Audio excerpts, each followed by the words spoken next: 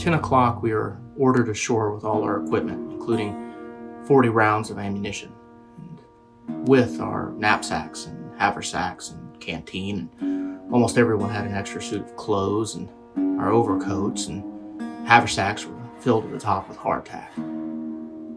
The wounded men were by this time coming in freely and were being carried right through our ranks, and we could see hundreds of soldiers running through the woods.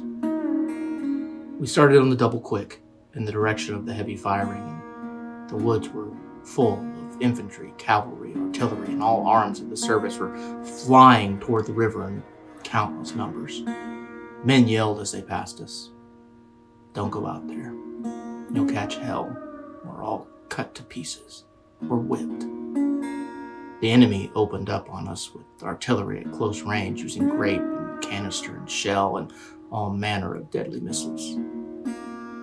At last we could see the enemy, and they were advancing around our left flank, and the woods seemed alive with the gray coats and their victorious cheer and unearthly yells, and the concentrated fire which they had upon us caused somebody to give the order for retreat.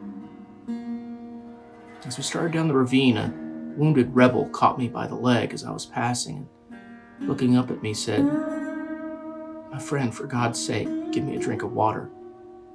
He'd been shot about the head and was covered with blood to his feet.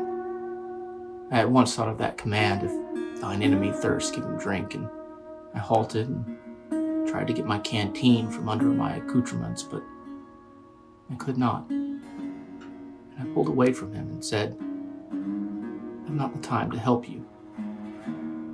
Ambulances and men are hurrying over the field and gathering up the wounded.